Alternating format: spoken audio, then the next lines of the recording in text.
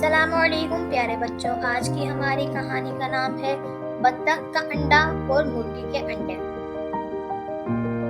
ایک بطخ ایک دریا کے کنارے رہتی تھی۔ وہ ہمیشہ بیمار ہی رہتی تھی اور ایک دن وہ زیادہ بیمار ہو گئی، اسی لیے وہ ہاسپٹل آئی۔ جب وہ ڈاکٹر کے پاس آئی اور ان کو چیک اپ کرایا تو ڈاکٹر نے اسے بتایا کہ تمہاری بیماری ایسی ہے کہ تم جلد مر جاؤ گی۔ اسے یہ سن کر صدمہ ہوا کیونکہ اس کے پاس ایک انڈا تھا اور اسے ڈر لگا کہ اگر میں مر گئی تو اس انڈے کا کیا ہوگا۔ انڈے کے کھول سے جلد ہی بچہ نکلنے والا تھا اور پھر اس بچے کو کون سنبھالے گا، لہٰذا وہ اپنے سب دوستوں کے پاس گئی جو جنگل میں رہتے تھے۔ اس نے اپنے دوستوں کو ساری کہانی سنائی لیکن انہوں نے مدد کرنے سے انکار کر دیا۔ بیچاری بطخ نے ان کی کافی منتیں کی کہ خدا کے لیے تم لوگ مرنے کے بعد میرے بچے کا خیال رکھنا، لیکن کسی نے اس کی بات نہ مانی۔ بیچاری بطخ بھی کیا کرتی، اس کے ذہن میں خیال آیا کہ کیوں نہ میں اپنے بھائی مرغے کے پاس جاؤں، وہ ضرور میری مدد کرے گا۔ لہٰذا وہ مرغے کے پاس آ گئی اور اسے سارا قصہ سنایا۔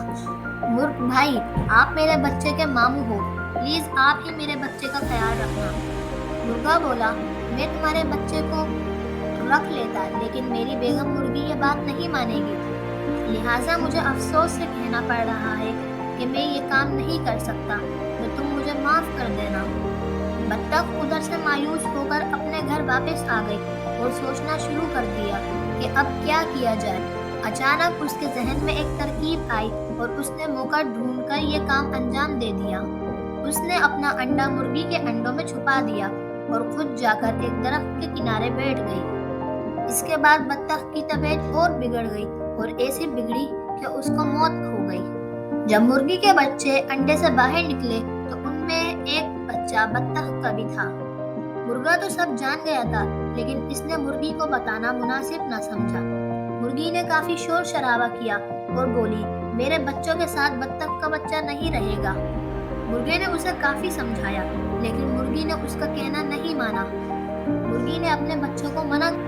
ایک دن مرغی نے دریا کے کنارے سیر کو جانے کا پروگرام بنایا اور سوچا جب ہم واپس آ جائیں گے اور بطخ کے بچوں کو وہیں چھوڑ آئیں گے، اس طرح سے جان بھی چھوٹ جائے گی ہماری۔ پھر ایک دن مرغی اپنے تمام بچوں کو لے کر دریا کے کنارے سیر کو لے گئی اور وہاں پہنچ کر یہ سارے بچے بہت زیادہ کھیلنے لگے۔ اچانک سے کھیلتے ہوئے چوزے مرغی کے بچے ایک دریا کے کنارے چلا گیا اور ڈوبنے لگا۔